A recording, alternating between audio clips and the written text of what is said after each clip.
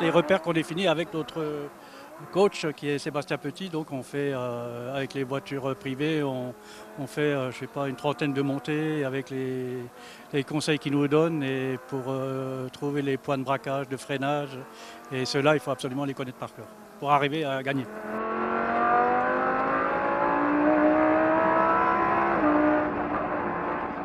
Il y a des virages où on n'a pas droit à l'erreur. Si on lève un peu trop ou si on met un coup de frein au mauvais virage, bah, la course est perdue. Mais c'est vraiment un tracé très très rapide, quoi. Donc il faut vraiment, faut pas se tromper, le connaître par cœur et être à 100% jusqu'à l'arrivée, quoi.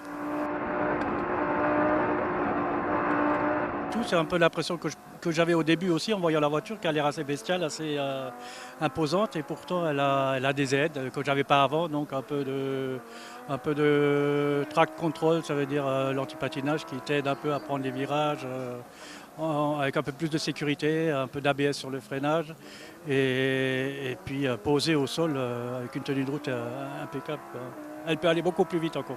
C'est entre le volant et le siège que ça se passe. Je veux dire, rouler avec une voiture comme ça, il faut vraiment rouler tous les jours, sinon ça devient dangereux. Et puis pour être performant, faut être là et je vais essayer de faire le maximum de courses cette année.